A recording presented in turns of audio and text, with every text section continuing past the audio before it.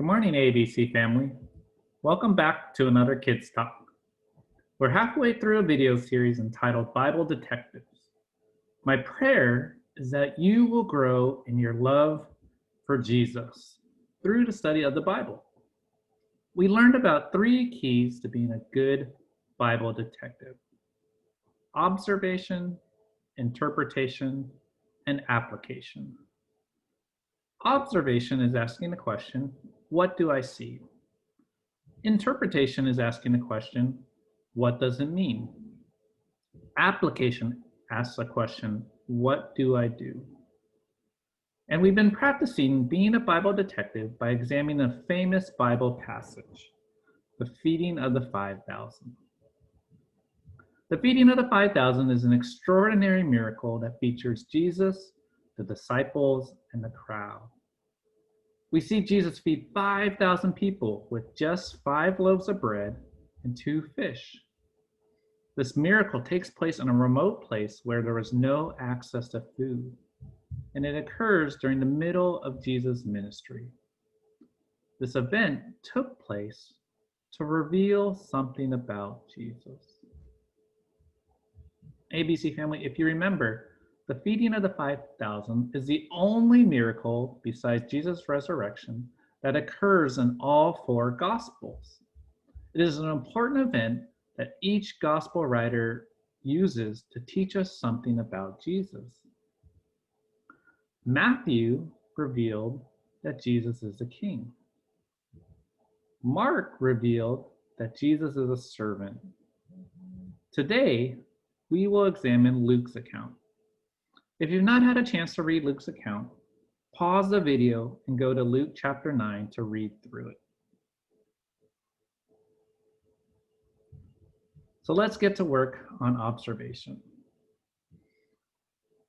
The first observation I made is context. ABC family, if you've been with us the past 2 weeks, you probably know how important context is. Context frames the event. And like Mark, Luke also starts the feeding of the 5,000 with the disciples' report. Earlier, Jesus has sent out the disciples. However, unlike Mark's account, which focuses on the disciples' actions of serving others, Luke's account focuses more on the disciples preaching the good news of Jesus. And here's something interesting. After the feeding of the 5,000, Matthew and Mark go on to describe Jesus walking on water.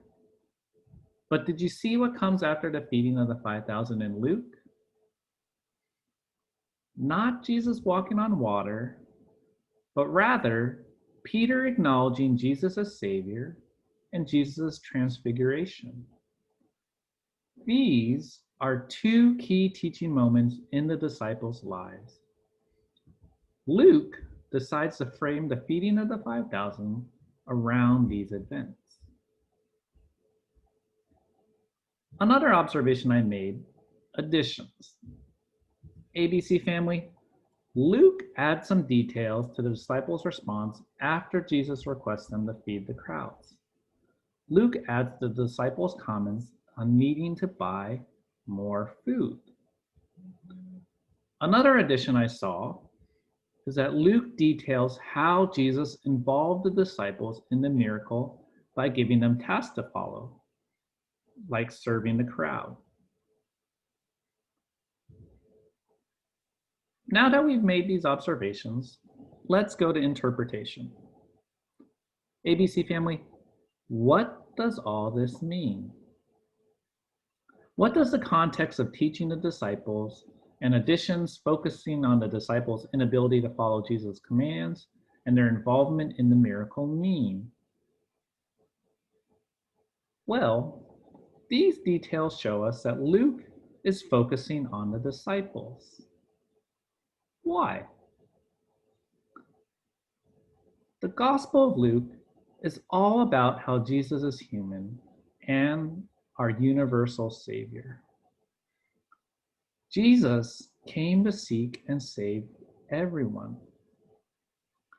This miracle is framed around Jesus teaching the disciples about his mission to save the lost. And so, in a remote place, Jesus the human, the universal Savior, teaches the disciples what ministry is all about, and then uses the disciples for ministry. ABC family, Luke uses the feeding of the 5,000 to let us know that Jesus is a universal Savior. So, now that we know what it means, let's move to application and answer, what can we do?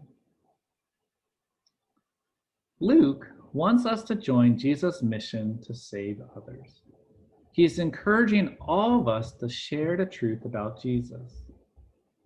Jesus the King, who is a servant, is a Savior to all.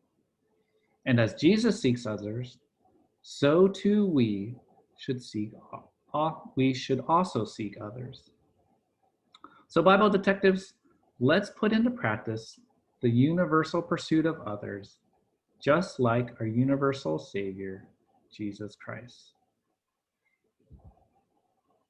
Next Sunday, we'll wrap up our Bible detective exercises by examining John's account of the feeding of the 5,000.